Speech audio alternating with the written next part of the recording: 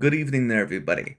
What is happening? Hopefully, y'all are having a wonderful day today. So, when it comes down to it, I thought, of course, that I would review this little video that I found to be very particularly interesting.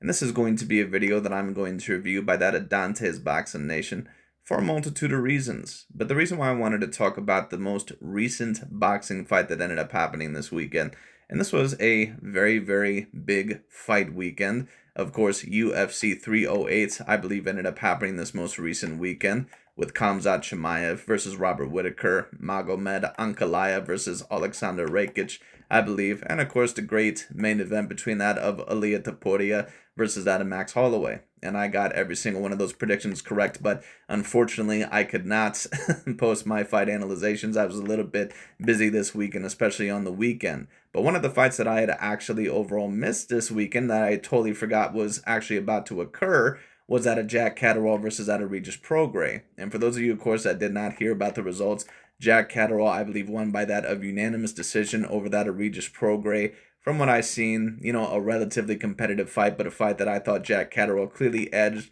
just by a little bit, within that fight. I thought that he was the better boxer, and I thought that, of course, he did a little bit more damage throughout the fight.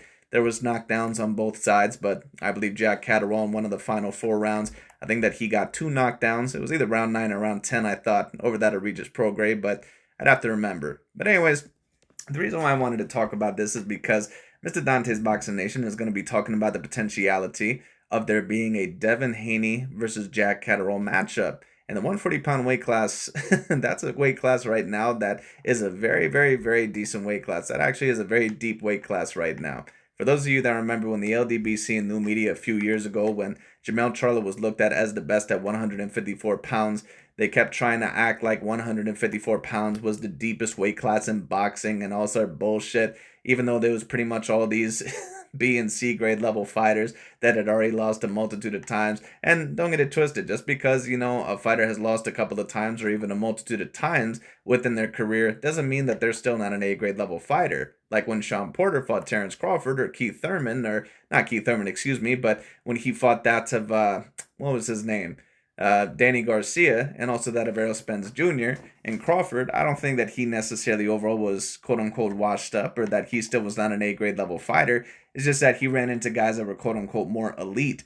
But when you talk about the 154 weight class when Jermell Charlo was there, I'm sorry, but that was not a super duper talented weight class. It just is what it is. However, when you do talk about this 140-pound weight class, you're talking about some fighters there that there are several fighters that you could debate maybe as A grade, at least for that particular weight class. You're talking about Devin Haney being there. You're talking about Ryan Garcia potentially campaigning there. You're talking about Teofimo Lopez, Jack Catterall, Liam Paro, Jose Ramirez, Arnold Barbosa Jr., Josh Taylor is still there. Regis Prograis recently retired, it appears like. But that division really has so many fighters that could really compete there that are looked at as very particularly dangerous. And that's not even talking about some of the B grade level fighters there, like Isaac Pitbull Cruz and maybe some of the other guys there. So that is a very, very deep weight class at the current moment in time. But the only A grade level fighters there that I really see potentially there, at least for the moment, are going to be Devin Haney, Teofimo Lopez, maybe a Jack Catterall, Liam Paro, and also that of a Ryan King Garcia.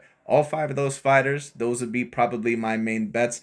If one of those guys were to become the main best of that weight class, I wouldn't really be surprised whatsoever. But of course, a lot of eyes right now are on Mr. Devin the Dream Haney because Devin Haney, of course, in his last fights, once originally took a loss against Ryan Garcia, of course, being overturned because Ryan Garcia was caught on performance enhancing drugs. But Devin Haney, who of course still might be on the top 10 pound for pound list for a lot of people, and formerly was very high in the top 10 pound for pound list, he, of course, no longer has a belt and, of course, did show some holes in his game against Ryan Garcia in his last fight. He did show that he was not quite the best defensively. He can be hurt. Now, I actually think that Devin Haney does have a very good chin, actually, even a great chin in my personal view.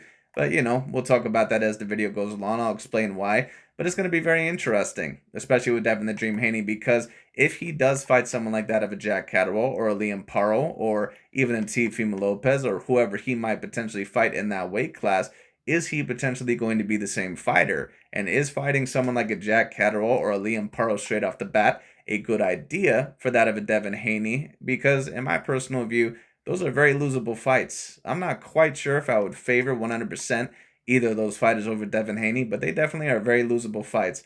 And I'm going to explain the top 5 guys in my personal view in that weight class and why all those guys could potentially become the best in that weight class. And let me just tell you this personally. If you're talking about technical wise, in terms of a technique standpoint, I actually don't believe that the best fighter in that weight class is either Devin Haney or Teofimo Lopez. I personally believe that it's Liam Paro, in my personal view. Liam Paro, in my view, technique-wise and from a technical standpoint, in my personal view, is the best fighter out of all those guys. Now, he's not quite as athletically talented as what a Devin Haney nor what a Teofimo Lopez are, but in my personal view, he has a little bit more in his tool bag from a skill set point of view.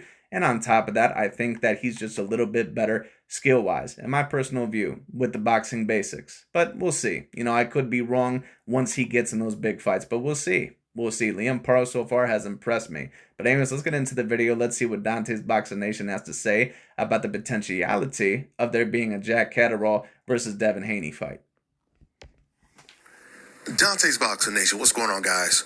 So after Jack Catterall got his unanimous decision win over Regis Prograis, he pretty much hinted that he was ready to fight Devin Haney. And Devin Haney, he responded to him by saying, "Be careful what you ask for." Then he said the only person that can make that fight. Well, Devin Haney, as much as I appreciate the confidence within himself, I'm not really quite sure how much confidence he really still has, especially after that ass whooping that he took against Ryan Garcia. And that was still a very competitive fight. I think I gave it 7 rounds to 5 for Ryan Garcia. But at the end of the day, Devin Haney got knocked down on 3 separate occasions. Now, I know a lot of people will also say, well, Ryan Garcia, he, was caught on performance-enhancing drugs. Just my personal view of it, anyone that is with the snack program at Victor Conte, who is a known PED supplier or former PED supplier within that of the sports world, anyone who is with the snack program, especially when you take a look at their bodily changes, those guys are on PEDs. It is what it is. All right, Devin Haney is on performance-enhancing drugs. All right, it's whatever. You can't convince me otherwise. Just in my personal view, just my perspective of it. Now, if you disagree, that's up to you. But in my personal perspective, Devin Haney is on performance-enhancing drugs. Anyone that is with the snack program is on performance-enhancing drugs. All right, is what it is. But anyways. It's Turkey al-Sheikh, which is a suggestion that his relationship with Eddie Hearn is pretty much over with unless he has to fight one of Eddie Hearn's fighters. There's no doubt about it, Jack Catterall would be a good opponent for Devin Haney, considering the fact that he has arguably 2 wins over Josh Taylor, and he just beat Regis Prograis. Devin Haney has... Yeah, in my personal view, Jack Catterall definitely did beat Josh Taylor in that first fight. And I think that most people who have watched that fight would probably agree that Josh Taylor probably should have lost that fight, but he ended up getting the decision pretty much because of home cooking. It is what it is, and because he was the A side and looked at as someone with more value. But he wasn't going to win the rematch because he had pretty much got dominated by Teofimo Lopez at that point in time, and Jack Catterall is a new kind of undefeated fighter at this point in time. Of course, he has that 1 loss over Josh Taylor, but Jack Catterall is pretty much an undefeated fighter in my personal view, because I don't personally believe that Josh Taylor won that first fight. I think that he got a gift decision, in my personal view. It wasn't, a complete robbery. It was a relatively close fight, but one that, in my personal view, clearly should have been scored to Jack Catterall, especially with the knockdown and, clearly with the damage and the more impactful blows going in Jack Catterall's favor, in my personal view. The judges, in my view, once again, clearly gave Josh Taylor a bit of a gift. But it's whatever. It happens with boxing. And if you are going to defeat an A-grade level fighter like that, you are going to have to really take it to them. And Jack Catterall, one could debate, did not quite do it enough. But in my personal view, he did defeat Josh Taylor in that first fight. But this is going to be a very particularly interesting fight if Jack Catterall and Devin Haney do potentially fight next. And another thing that I'm also going to wonder, because we all know what the standards were when Dante's Boxing Nation and Aki TV seen Canelo fight Caleb Plant and Callum Smith and Billy Joe Saunders. Are we going to see the same narrative that these guys are not A-grade level fighters because they're Caucasian European fighters? Are we going to see that? Because even though Jack Catterall is a relatively talented fighter, he does not have elite level power. He's someone that only has 13 stoppages within about 30-some fights. So if Devin Haney or if one of these favorite black fighters that these guys love to root for with the LDBC and new media, are we going to hear the same narrative that we heard about Canelo Alvarez, that he's fighting clearly weak European white boys? even though Caleb Plant and Callum Smith and Billy Joe Saunders all clearly were relatively talented, or at the very least A- level champions. Are we going to hear the same thing if Devin Haney or Gervonta Tank Davis or Richard Hitchens ends up defeating any one of those fighters? Are we going to hear the same thing? I highly doubt it, so we'll see. A good working relationship with Turki Al-Sheikh. Turki has been trying to get Devin the best fights. He tried to put together a 2-fight deal for Devin Haney that included a fight against Teofimo Lopez. But he turned the fight down saying that he wasn't ready. Now, Devin Haney, and Teofimo Lopez, when I also just talk about him, Teofimo Lopez, even though he is a relatively great fighter, he's a great example of why I say you don't really know how great someone actually is until they really start to move up the weight classes. Because Teofimo Lopez and Devin Haney were pretty big for the 135-pound weight class. Those guys are not really natural lightweight fighters. They're at the very least, should be fighting at 140 pounds. And that's why when they ended up defeating Lomachenko, it's still an A-grade level win. But if that's the only big A-grade level win that you can get in your career, and you cannot defeat the guys that are still your own same size, then to me, it kind of lessens the value a little bit, because Lomachenko is a guy that should really be fighting at about 130 pounds, if not even potentially 126. Lomachenko is really not that big of a fighter. He's definitely not a natural lightweight. So once again, that's why you have to see as time goes along. And Teofimo Lopez, we did see him in the ring against that of a George Kambosos. He lost that fight, in my personal view, 7-5. We've seen him against Sandor Martin. Now, I've seen Teofimo Lopez, in my personal view, win that fight, but it wasn't by a whole lot. I thought he only won that fight by about 1 or 2 points. And then, of course, against Jermaine Ortiz, in my personal view, that was a very, very poor decision. I personally don't see how Teofimo Lopez won that fight. I've watched that fight multiple times. I thought Jermaine Ortiz won that fight 8-4 every single time that I've watched it. I've seen Teofimo Lopez land a very few amount of punches within that fight. I mean, maybe I would have to rewatch it, but if you're talking about a fighter who debatably is the most overrated fighter in all of boxing, just in terms of a skill set standpoint, it probably would have to be Mr. Teofimo Lopez. Because no offense against him, but the man has really looked like shit within some of his past several fights. I mean, he looked relatively good against Josh Taylor, but, Josh Taylor, to be quite honest with you, Josh Taylor has really not quite seemed like the same fighter ever since the Jack Catterall fight. Really, ever since he went into that Jack Catterall fight, Josh Taylor has not really seemed like the same fighter. Now, it's still a great win, because Josh Taylor was, an undefeated fighter when Teofimo Lopez defeated him. But Teofimo Lopez is really going to have to work on his game, and I believe that, of course, now he's training with Eddie Reynoso. So let's see what Teofimo Lopez has in his boxing game of tricks, because no offense against Teofimo Lopez, but he's been kind of exposed, in my personal view, in terms of his skill set, overall being a little bit more limited than what we once thought. So let's see what happens. Also said that he wanted to fight Ryan Garcia in a rematch, and he challenged him, at least Bill Haney, he challenged Ryan Garcia to enroll in VADA in the next 48 hours about a week ago, and of course Ryan Garcia, he didn't do it. Ryan, he basically said, why would he do anything that the Haneys are asking him to do when they're suing him? But the thing is, you're not enrolling in VADA for Haney. This is just my personal view on that little situation. I don't mind Devin Haney or the Haneys suing that of Ryan Garcia because they were on steroids, and those are quote-unquote, of course, illegal performance enhancers that should not be allowed in the fight. Of course, a lot of people say that Devin Haney should handle it in the ring, but in my personal view, I don't mind someone suing that because, of course, that's something that really shouldn't be allowed within the ring in the first place. But the thing that's my issue with it is that, in my personal view, Devin Haney ain't with the snack program anyway, is on performance-enhancing drugs anyway. Just in my personal view. You're not going to sit here and tell me that they're with a former top supplier of PEDs overall in Victor Conti, and that they're somehow not finding a way to give them performance-enhancing drugs. I'm sorry, I'm just not biting. Doing it to show that you're clean and show the boxing world that you're clean. Which, by the way, it should be mandated that you stay on VADA for a couple of years after you get suspended, and the boxer should have to pay for it. Because these wild, wild west rules in the sport of boxing is just going to enable and encourage more boxers to cheat. But going back to Devin Haney, I think what he should do is, if he can't get the Teofimo Lopez fight, which he most likely won't get it, he should fight Jack Catterall and then fight the winner of Liam Parle versus Richardson Hitchens. The return of Devin Haney is hot. Once again, Watch out for that dude, Liam Paro. Liam Paro, in my personal view, and he is in a very tough fight next against Richard Hitchens. Richard Hitchens is a relatively talented fighter, but I would probably give that fight to Liam Paro. I think that he's a better fighter than Richard Hitchens.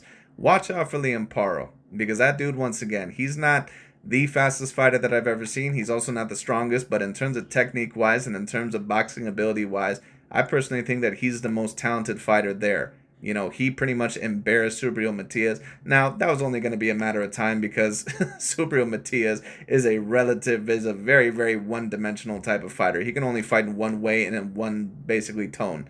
But it is what it is, you know. And I actually predicted Matias to win that fight because even though I knew that Paro definitely was the more superior boxer, that doesn't always mean that you're going to win the fight. And I was not quite sure if Liam Paro would be able to handle the hits and the pressure of Subriel Matias, but he pretty much was able to do it with, I'm not going to say ease, but he was able to clearly beat that of Subriel Matias and pretty much embarrass him. So very good on Mr. Liam Paro. I'm going to be very excited to see his fights as it goes along, and also to see him fight Teofimo Lopez potentially, and Devin Haney and Jack Catterall and Ryan Garcia and some of those other guys. It's going to be very particularly interesting to see.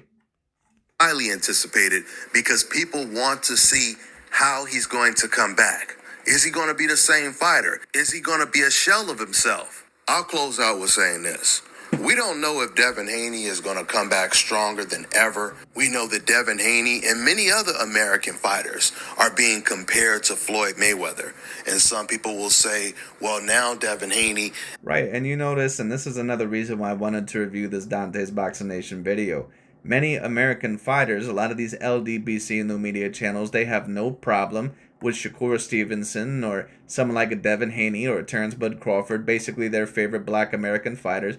They have no problem with them being compared to Ali or Floyd Mayweather or something like that. But if you were to ever do that with Inoue or Usyk or that of a Canelo Alvarez, they would absolutely crucify you and demonize you and basically say that you're playing race into this and you're completely overrating those fighters, blah, blah, blah. Right, but Terrence Bud Crawford can be top 10 of all time, no doubt about it, undisputed, and he pretty much only has about 5 total A-grade level wins on his resume. So once again, we have to, if we're going to call ourselves logical and objective commentators, which Dante clearly is not, he's a part of the American pro-black cult. It is what it is. If we're going to be an objective and logical commentators and allegedly about the whole entire truth, then we have to try to keep those racial politics out of it. Now, of course, racial politics are always going to be a part of boxing and sports in general, which is why it is important to somewhat talk about it, because things have to be put, in my view, in their proper place or their proper lining, or, overall, you have to you have to keep the same standards, and talk about some sort of logic and objectivity. But Dante does not have logic and objectivity. Once again, he is very much racially motivated as well and racially biased. The Ryan Garcia situation, he's clearly not the next Floyd Mayweather, but it's important to know Devin Haney, in my personal view, is not the next Floyd Mayweather. When you talk about Floyd Mayweather, you're talking about someone that is debatably the greatest fighter of all time. That's who you're talking about when you're talking about Floyd Mayweather Jr. Once again, it's just very particularly interesting how Canelo Alvarez or these guys, if you were to compare Usyk or Canelo or Inoue, 3 fighters that, in my personal view, have to be considered as all-time great level fighters, especially Usyk and Canelo Alvarez. If you were to compare them to Floyd Mayweather Jr., you can't do that because of the skill set, and they lost. And, take a look at how he looked in this fight and blah, blah, blah. But if you talk about Devin Haney or some other guy that, maybe has lost, then they have no problem with it. So once again, Dante goes to show you once again that, a lot of the things that he says, that he's full of shit. It is what it is. That regardless if Devin Haney is going to end up becoming one of the greats or not, all of the greats, they take a different path to greatness. No 2 fighters take the exact same path. What I mean by that is Muhammad Ali's career was different than Jack Johnson. Well, I agree with you, Mr. Dante's Boxing Nation, but let's keep it real here for a second. If Devin Haney was a Caucasian fighter, you would not be talking about him anywhere near the same. Johnson's career. Sugar Ray Leonard's career was different than Sugar Ray Robinson's career. Bernard Hopkins, he lost his pro debut, and he still became pound for pound the best fighter in the world.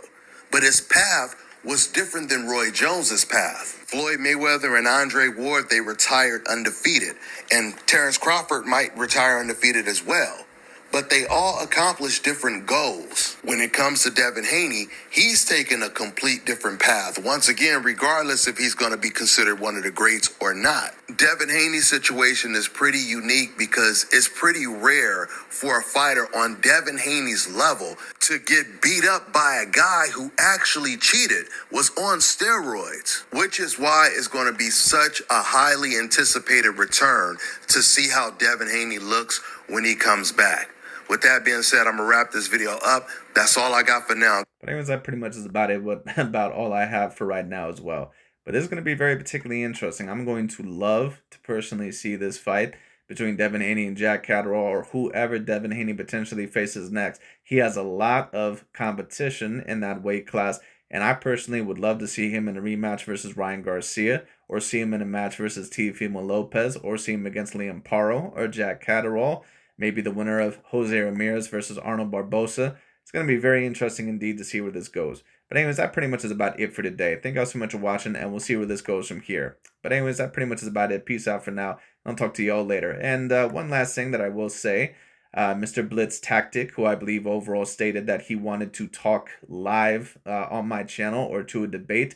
I certainly, of course, would be up for it. I may do a live debate very, very particularly soon, but we'll see what ends up happening with that. But anyways, that pretty much is about it for today. Thank you all so much for watching. I'll talk to you all later.